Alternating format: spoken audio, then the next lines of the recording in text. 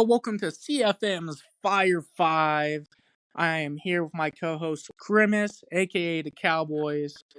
We are going to be starting off this week talking about some of the crazy trades that happened at the end of week 5, going into week 6 so far. What are some things that you noticed around the league going on? Man, dude, first of all, I'm just saying, dude, great to be here, man. Great to be here with you talking about all this stuff. Dude, we've had a whole bunch of crazy stuff happen in the league right now. We got a whole bunch of big name players getting traded to these teams, and it's just kind of coming out of left field for some of these guys. You're going through, you're playing your games, and you don't see it. We got Darren Waller going to the Steelers for a round 1 pick. I mean, that's not a terrible trade, but you just kind of wonder, some of these teams are trading away weapons like Darren Waller, Jalen Hyatt, man. Cooper Cup. I mean, you got a whole bunch of guys that are, these franchise players, these really, really stud guys, and they're just kind of going for stuff that you really wouldn't think. I don't really know what you're thinking about that, man. But there's just a lot of moves being made where it's kind of blindsiding me personally. Like, I'm just not seeing it coming. I think it's kind of crazy seeing Kyler Murray going from the Cardinals, and I believe they got sent off over to the Steelers, if I'm not mistaken. That's a franchise quarterback, one of the best in the league, maybe not based on stats, but based on physicals alone. He is not someone I thought would be sent away like that. And speaking of that, man, we can just go ahead and go take a look at the Steelers' performance with that. We got a lot of people that are just trying to come into their own with these teams that they're building, man. But Kyler Murray, compared to where he was at the Cardinals and how he was doing, going to the Steelers, it was kind of a little rocky start, man. You didn't really we didn't see a whole lot of him. We didn't see of who he truly is as a player. And I think you can probably get that, man. He's a stud guy, and we really didn't see him show out like he probably should have.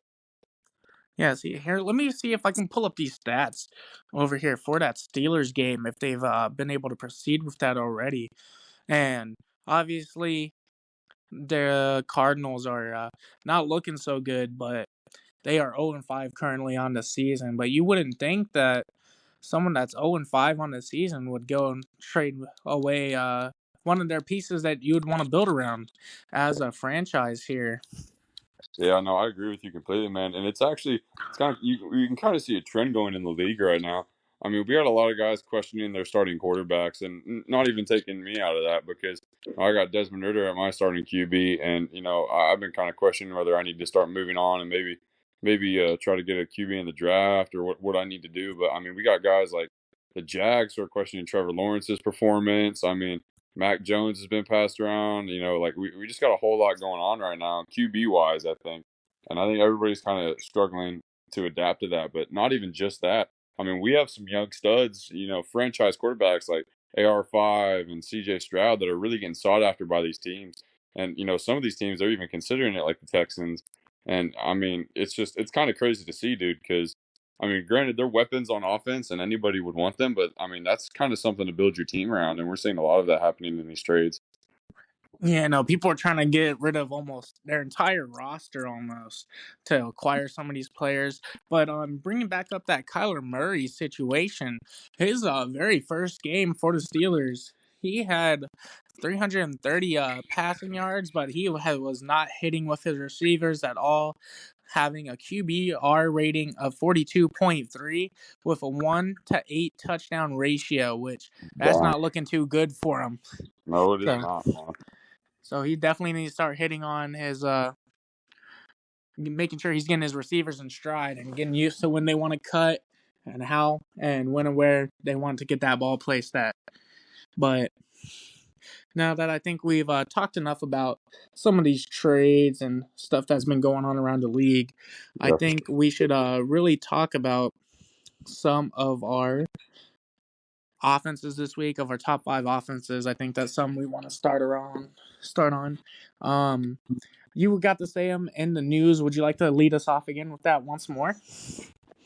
Yeah, dude. Just give me a second to go ahead and pull that up, dude. I mean, these offenses, dude, they're really killing it. So the Lions are number 1 right now. The Ravens are number 2. We got the Niners at 3, the Chiefs at 4, and the Jaguars at 5. And man, as I'm looking at these rankings, dude, there's a lot of do change that I think could definitely go on.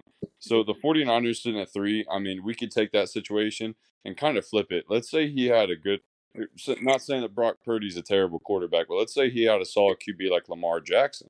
Let's say he had CJ Stroud or one of these QBs and, somebody that can really connect with these receivers.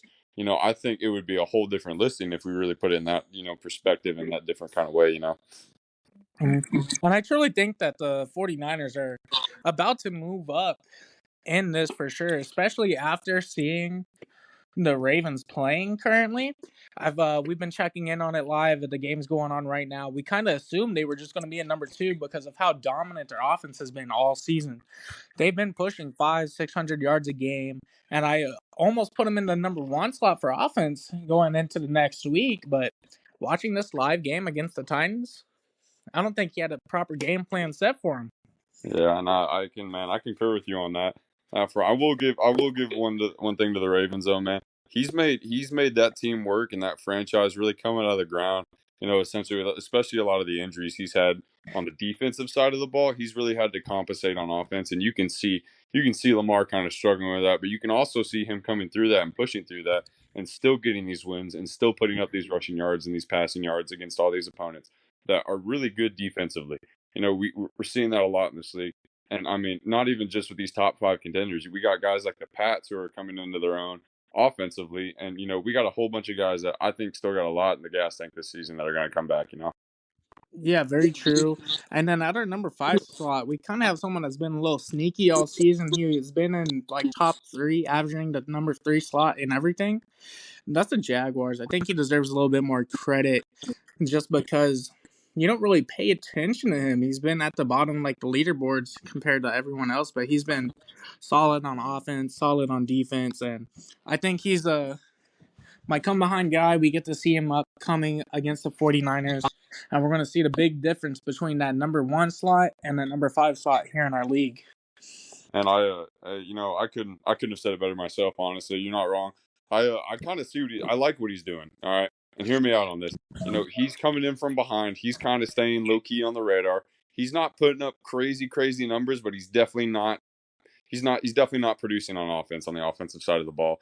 And I mean, I got to watch the Jaguars play, dude, and his user and his play recognition on the defensive side of the ball is fantastic, and that translates onto the offensive side of the ball, man. You can really see him fitting in these tight passes with T Law and really getting it done, and with not a lot of weapons, also. I mean, he's doing really good for the people he has around him, and I can respect that, and I agree with you. I think he's a come behind guy, man. Yeah, no, for sure. Not a lot of people have him as their favorite, but looking at, I believe, their very last game, let's see how well Trevor Lawrence did. Yeah, coming in with a QBR rating of 101.1, a 3-to-2 touchdown ratio isn't everything you want to see, and he's not like he's throwing bombs over everyone, but his defense has been coming through and just getting a lot of turnovers. This Yeah, last week he played against the Bills, which was one of the better players in the league, but going back to like his 49-0 win against the Texans, that's just absurd. And then in that game, Trevor Lawrence was nearly perfect with 150.7 QBR with 4 touchdowns to no interceptions, and his defense coming up with a total of 2 turnovers in that game. yeah. No, dude, he's doing some stuff, man. I'm putting him as my gray man for the season. He's not up there, he's not down there, man. He's coasting. He's coasting real good right now, and I think we're just waiting for that breakout game where he's really going to solidify that spot in the playoffs and possibly in the Super Bowl. And I think we got a lot of guys in this league that have that potential, and we're just waiting to see them finally get all these trades through and finally getting their teams where they need them to be, so we can get some good user plays and get more plays of the week for everybody. You know what I'm saying? Oh yeah, that's for sure. And speaking of that, make sure you send in your plays of the week. Everyone wants to see those plays going on in the news. But I say we transition off over into that defense and starting in that number one slot. It was kind of controversial if we still put him there, but it's the Panthers. But still, once again, he has 2 shutout games, and even though he hasn't got to play his last 2 games, he is still miles ahead on not allowing any yards on through the air or on the ground. And then followed up by the Panthers is going to be the Jaguars. That sneaky guy been getting in and out of here. And then he moved up from the number 3 spot last week into the number 2. But following that, we have the Giants and then the Commanders on that defensive side. Yeah. And then in the fifth place is going to be the Falcons, who just got a new edge rusher for this week from the Cowboys. Yeah.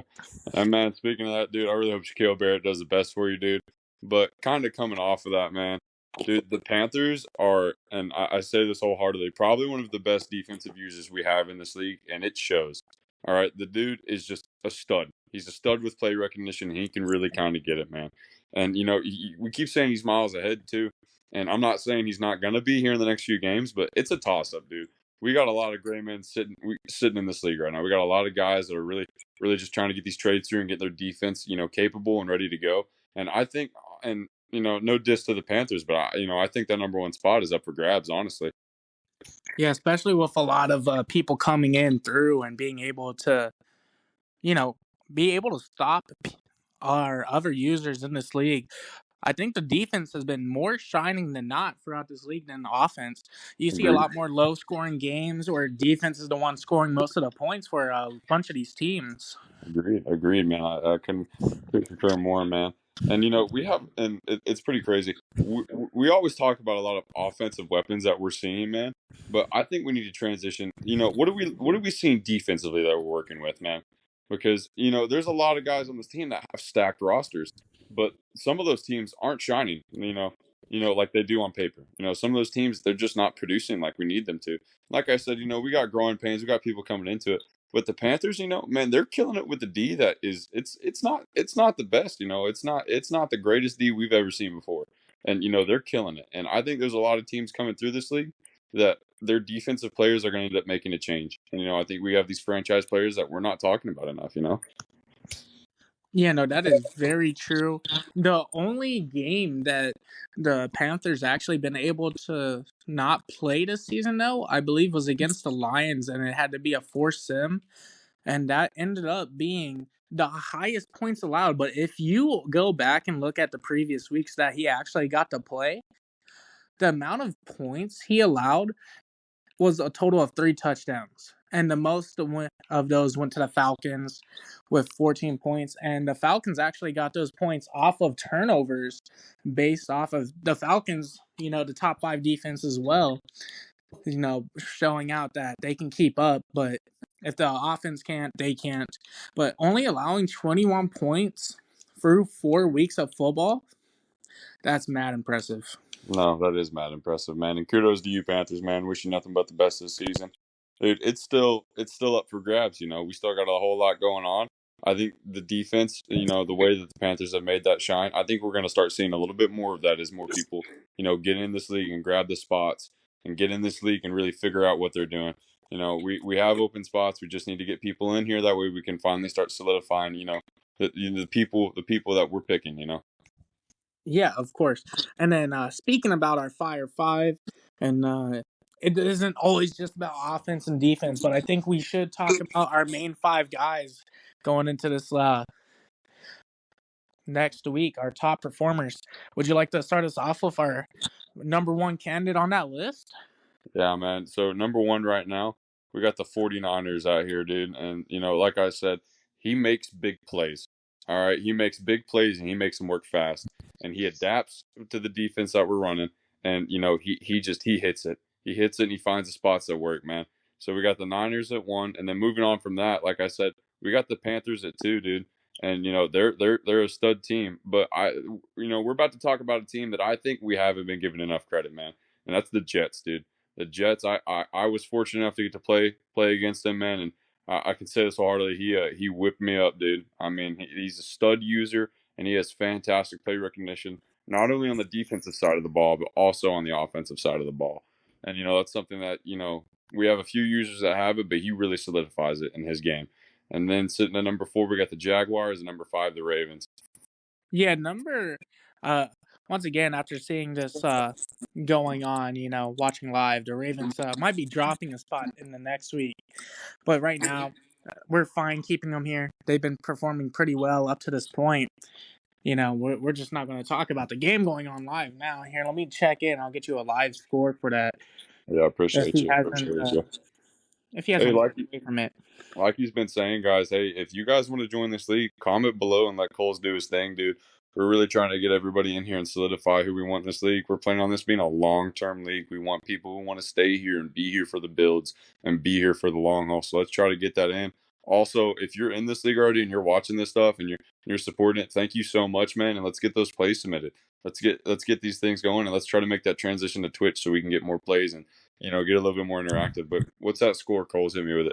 Alrighty, and then going into the last few seconds of the game here in this fourth quarter, the Ravens are losing pretty badly, honestly. 34 points to 56. Yeah, Obviously, when you let your defense give up that many points, it's hard to keep up. 34 points is a lot of points to have, but giving up that many points is just not worth it. You yeah. can't compete if your defense is giving up that many points. Yeah, and this is true. And one thing I will say for the Ravens, man, is he up until now has been a very consistent player, and I think we're kind of hitting a slump. That Browns loss that he took, I know that was a very questionable game that we were playing, and we saw a lot of injuries on his side of the ball, man, and we kind of saw a game he didn't really see, didn't really recognize, man. And it's kind of showing now on that defensive performance. We're not really seeing him make those plays. We're not seeing him make those hits and fill in those holes. And that's something that you got to do in this league with such talented users. And I think, and I truly believe this. I think he could swing back around and probably make number one next week or the week after if he really just solidifies that D and maybe labs a little bit. You know what I'm saying? Yeah, once he gets some labs in, I think he's going to be perfectly fine. But one of the users that's been flying under the radar, I don't know how we haven't even noticed it yet, but he's 6-0 on the season already. I mean, he has had some pretty tight games. He first week he only won by a single point. That was against the Bills. Another person that we titled to be one of the better players. I'd say in the top 10 at least of the league. But he's had some pretty tight games, and Oh, whoa, whoa, whoa! Breaking news! Breaking news! The Titans are going to be suspended, man. Oh my god! Oh my god! What's going on with that, man? Can you give me a little update on that? Holy shit! wait, are the Titans being suspended right The now? Titans, the Titans are getting suspended right now. What's going on with that, man? They must have been stat padding. I saw him throwing in the last 30 seconds of the game, so that Oh, would actually make a lot of sense. Um, Will Levis. Oh my God, you know what I'm trying to say. Will is probably going to end up getting suspended going into next week, which gives me something to talk about in the next week's news. I'm glad for that. The Titans user might not be as happy. I think it'd be smarter if we actually benched Derrick Henry instead of the quarterback. I mm, think that's probably what we should do going into next week. But back to the Jets. Back yeah. to the Jets. 6-0 on the season. They I did mean, get a forced wow. win last week, but man, they keep the games tight. They go down to the very last quarter. The only team they didn't go to the very last quarter with would have been you. There's probably been a lot of mistakes in that game, but 49-42, 42-38, 41-40, like these are down to the wire games. Yeah. So, And speaking on that, man, I will say he really reminds me of one of those gray guys, man. He just likes sitting in the middle, dude. I think he's playing his cards close to his chest. I don't think he's letting everybody know what he's got going on, man. I think he really is truly a sleeper this season, man, and we're gonna see a lot coming from him, man. yep, that is very true. But that's our Fire Fives. Thank you for checking into our podcast. This was me, Coles. This was Grimmus, aka What's the up, man? Cowboys. Yes, sir. But we will catch you guys on the flip side. And thank you guys so much for checking on in with us. And we'll get this every week. And by that, I mean every other day posted to you guys. So thank you Super guys. safe. Be safe. Be safe.